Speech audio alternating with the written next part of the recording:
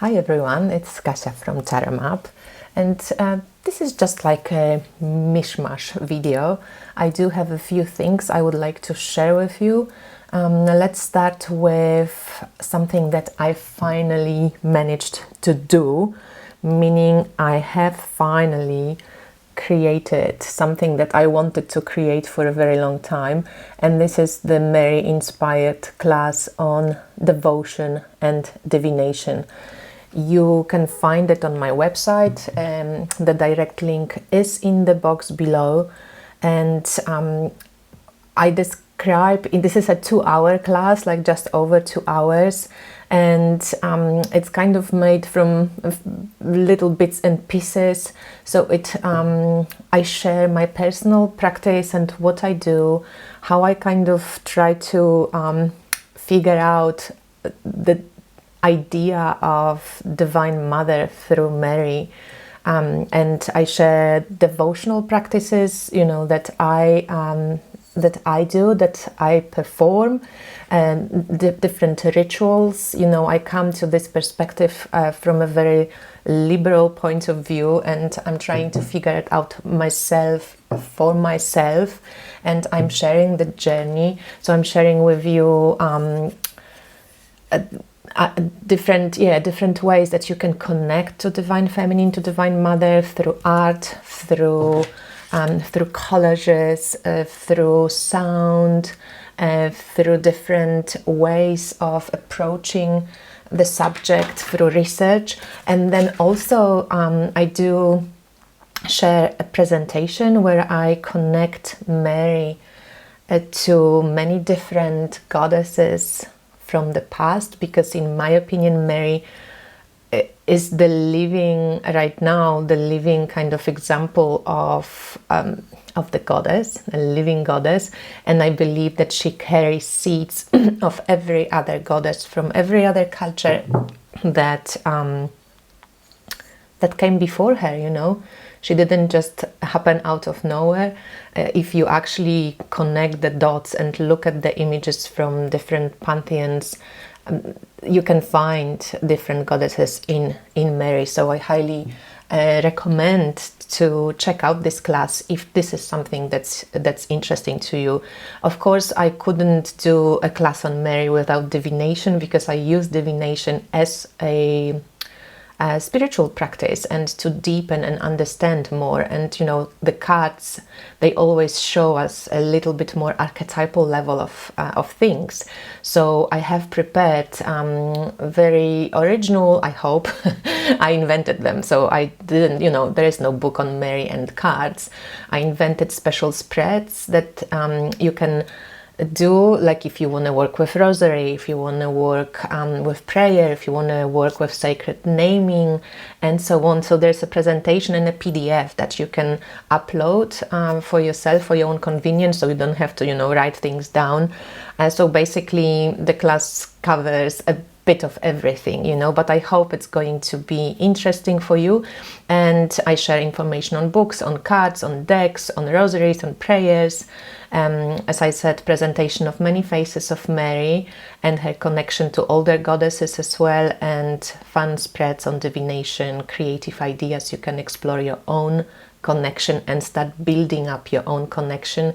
The intention for me is to really inspire people to do their own work, in their own way. We all different, we all have personal connection to different things.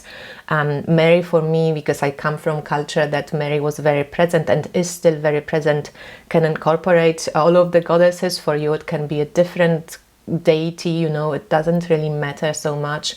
The form is just the form, as well as the gender of Mary is just the imaginal gender. I think in spiritual worlds, on archetypal level, gender doesn't really exist. So when I use Divine Feminine, Divine Masculine, that's more qualities and energetic imprint.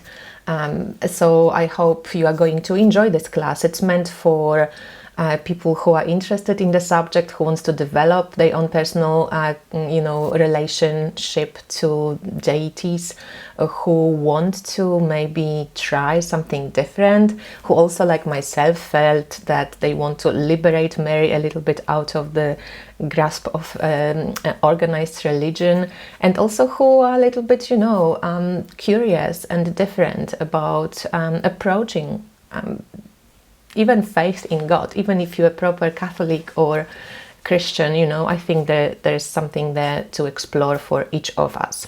So this class, it's on my tarotmap.com website.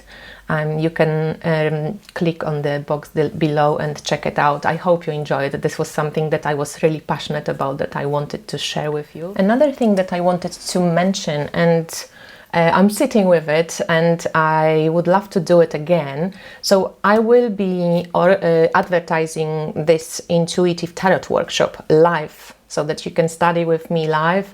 I would like to do it 13th of March, 20th of March and 27th of March. That would be 3 consecutive Saturdays for 2 hours each, a meeting. And of course, if you can participate, you will be sent a recording. And I have done once this workshop, intuitive tarot workshop, in 2020, and I would love to do it again, and I would like to do it better. Obviously you learn from experience, right? So I did only 2 meetings, and I noticed that wasn't enough time to practice, so now I've extended to 3 meetings. I also am thinking of adding some interesting group exercises and developing intuition. And because I'm also a traditionalist, I love traditional tarot system and I love tarot, there's always this kind of mixture that I teach between the traditional tarot meanings and intuition and intuitive hits, and how you can connect both of those together. I also thought that this time I really would like to focus on teaching people how to connect cards, because sometimes we know the meanings of tarot, but when we see 3 cards together, you're like, I don't know how to, what to make out of it, how to connect them into a story. So we'll be practicing, obviously it's going to be like an inspiration, and we practice a little bit for the time constraints, but we'll see how that goes, because I'm also thinking of really organizing a tarot circle, maybe tarot group, where we could practice this. And I think this workshop, I would love to try it out again. I would love to offer it again. And for anybody who would like to study with me, who likes how I read, I highly, invite you to check it out. It's on my website. I will link it below as well. It will be $100 for the 3 weeks of live meetings, and also we will have a tarot group on Facebook. So I invite you to check the info, and let's see what happens with that. The next thing I wanted to speak about is to show you some goodies that I'm going to review. So I received the Ghetto Tarot from Alice Smiths, and it's one of the decks that was fairly controversial. First of all, because of the use of Ghetto as, it's not that it belongs to Black people, but Black people use Ghetto as kind of in their culture. And I believe that there was some issues also about Alice, being a white woman, creating a deck with, she created an all-black deck, and she created it with a Haitian artist, and there was an issue about, appropriation and stuff like this. But I did speak to Alice, and I actually really appreciate her take on why she wanted to create the deck, why she did create the deck. The Haitian artist have made a video actually, backing her up, so it's not like she's inventing it. I guess it's an interesting deck. I love it as an artistic project. I have met a few people who went to Haiti for creative exchanges, and each one of them was really impressed by, creativity and just openness of Haitian people. I've never been there myself. I can just remember, again, being growing up in communism. when your reality really sucks, that art, having connections with people from somewhere else, doing projects together, that's actually something that brings people together rather than separates you. And there were issues if, you know, Alice is like making money off those people, but she's paying the artists. I was trying to get in touch with Artist Resistance, that group. I wrote them an email. I wanted to invite them to Inspire Tarot Map interview, but I haven't heard back, so I'm not sure how to get in touch with any of them. I will ask Alice maybe to help me with this if possible. But I do love this deck, and I know that a lot of Black people love this deck. I know that a lot of Black people don't like this deck. It was meant to for, you know, it was done and it was meant for people of Haiti. So it's, yeah, I actually appreciate this project, so I will be reviewing it, and I want to also interview Alice. And if you know Martin on Instagram from Tarot in the City, Martin has interviewed Alice. This is how I kind of started thinking about it, because I had my own, you know, questions about this deck. I didn't just want to blindly go into it, but I did catch up with Alice. I asked her my, you know, questions, and the way she answered, I felt like she's integrated, and the exchange was cool, and I think it's a cool project. The next deck that I want to review is the Living Altar. This one I purchased, and it's just arrived from my friend. My friend sent it to me, and it's you know, I've been waiting for it for a long time. I bought it in December, I think, but yeah, we were just so this deck, it's pretty interesting. It's a witchy deck, and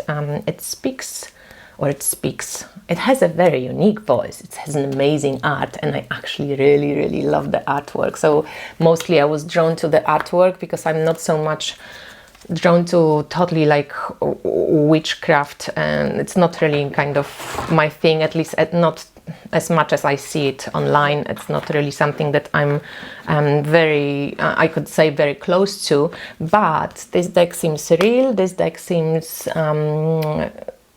like interesting. It's multi-layered. It's beautifully made. I love the artwork. I love the colors. I love the ladies who created it. I wanted to get them on the interview as well, but I don't think it's going to work. We just couldn't communicate. But nevertheless, go and check their work. I think from all the kind of witchy things that I see, this deck seems pretty real, so that's pretty cool. And then another deck that I received, that one is from the Watkins Publishing. It's the Journey to Enlightenment Tarot. So this is you know, like a mass-produced deck. I just received it yesterday, but the tarot is done by Selena Joy Lovett, a psychic medium, Reiki master, mindfulness practitioner and life coach, and the artist is Daniela Manutius Forster, and she's artist, storyteller, and pilgrim of sacred spaces. And I think that's why I said yes, I would like to review this deck, because it just, when you look at it, it has this very strange, it's very kind of busy, but it has it has somehow like this pilgrim, like, you know, kind of stained windows, art in churches. There's something about it, and it's not a pip deck. It's Rider-Waite-Smith based, so you see the symbols from Rider-Waite-Smith, and when you look closer, you will find quite a few of kind of those Christian stained glass pilgrim archetypes. And I love that Queen of Wands. It's really beautiful. So I will, you know, I just started to take a look at the cards. The Ace of Swords, pretty cool. I wanted to see this one, for example. That seems like Mary and Joseph, you know, the Four of Wands here in just in the very bottom of the card. So it's an interesting one. You know, I'm usually not so drawn to like such busy cards, but because of that stained glassy feel and kind of like a weirdness to the art. I'm actually interested and I'm curious about this deck, so I'm going to review it. That's cool. The tarot. I mean the tower, the tarot. The devil. Yeah, it's an interesting one. I'm curious about it, so I'm definitely going to check it out. And some cards are not as busy, so I think it might look nice when they, you know, spread together. I will take a look. This one is very Marseille, the strength. Yeah, anyway, so this one I just wanted to mention that something like this exists. And it's not an expensive deck. I think it's $19.99 on, you know, Watkins Publishing. And I wanted to show you, like, this friend of mine, Martina. She makes those amazing, this is natural. This is all like natural seed, the protea seed with the sacred geometry and opals, and she finds her own stones. And I just got this pendant from her from Australia. Her shop is called Nature's Art Melbourne.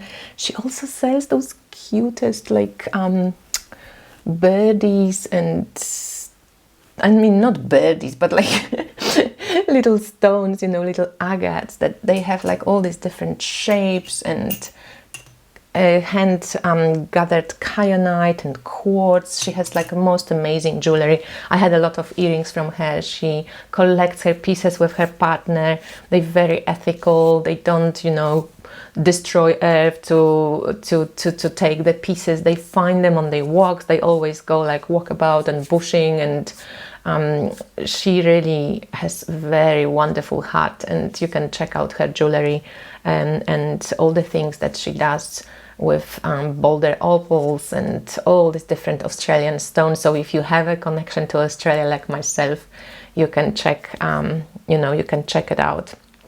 And I will finish with the little, you know, send off from the ball that I got from my friend Victoria. And I wish you a good day.